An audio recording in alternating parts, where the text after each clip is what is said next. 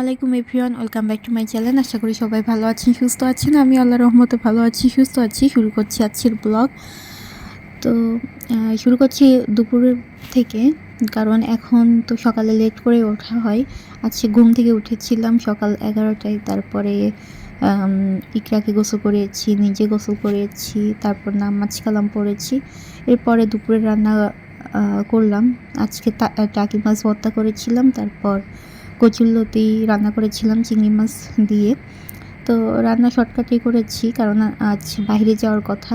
তো আমরা তো বাইরে যাব দুপুরের দিকেই। আমরা ভেবেছি যে মানে ইফতারের আগে আগে বাসায় ফিরবো, তাই আমি ইফতারটাও বানিয়েই রেখে যাচ্ছিলাম ভাজাভুজি করার জন্য, কিন্তু অনেক বেশি টাইম লাগে।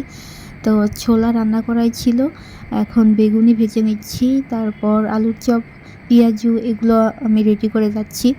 তো নিউ মার্কেটের দিকে যাব, কিছু টুকটাক কেনাকাটা আছে, এগুলা করতে যাব। ইফতারের আগে আগে চলে আসবো এটা চিন্তা করেই গিয়েছিলাম।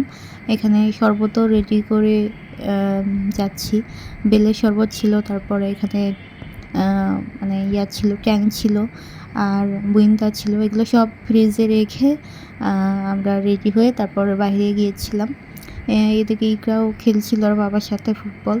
তারপরে আমরা একটা অটোরিকশা নিয়ে বাইরে গিয়েছিলাম। তো আমরা যা ভেবেছিলাম সেটা হয় নাই।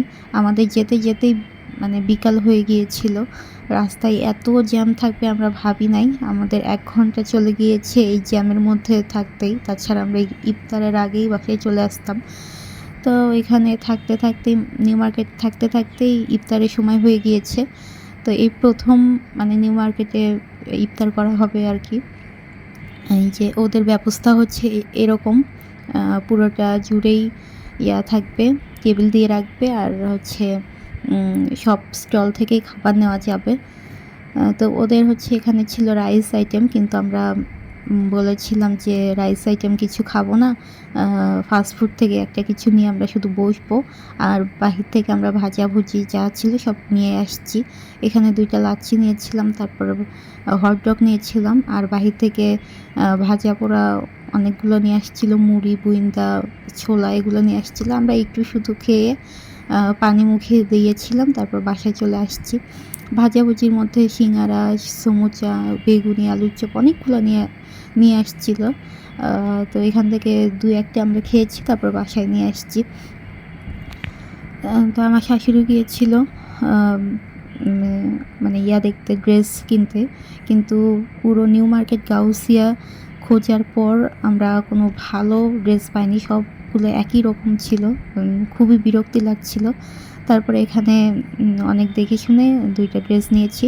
একটা ছিল আম্মু বলেছিল যে ঢাকা থেকে ভালো একটা ড্রেস যেন আম্মুর জন্য কিনি, কিন্তু কোনো ভালো ড্রেসই চোখে পড়েনি।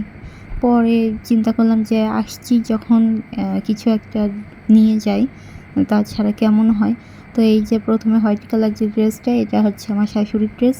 আর পরে যে ম্যাজেন্টা কালার, এটার কালার বোঝা যাচ্ছে না, ওই ম্যাজেন্টা কালার ড্রেসটা ওটা হচ্ছে আমার জন্য নিয়েছি। এই ম্যাজেন্টা কালারের মধ্যে 3টা কালার ছিল, কলিজা কালার ছিল, মাস্টার্ড কালার ছিল, আর এই যে এই ম্যাজেন্টা কালার ছিল। তো আমার কলিজা কালারটাও ভালো লেগেছিল। তো 2টার মধ্যে কনফিউশনে ছিলাম। পরে কেন জানি এটা নিয়ে আসছি বাসায় নিয়ে আসার পর আবার আমার কলিজা কালার যে ড্রেসটা ছিল ওটার কথা খুব মনে পড়ছিল যে ওটা নেওয়াই ভালো ছিল। এখন ওই গাউসিয়াতে গিয়ে এটা পাল্টিয়ে আনাও অসম্ভব।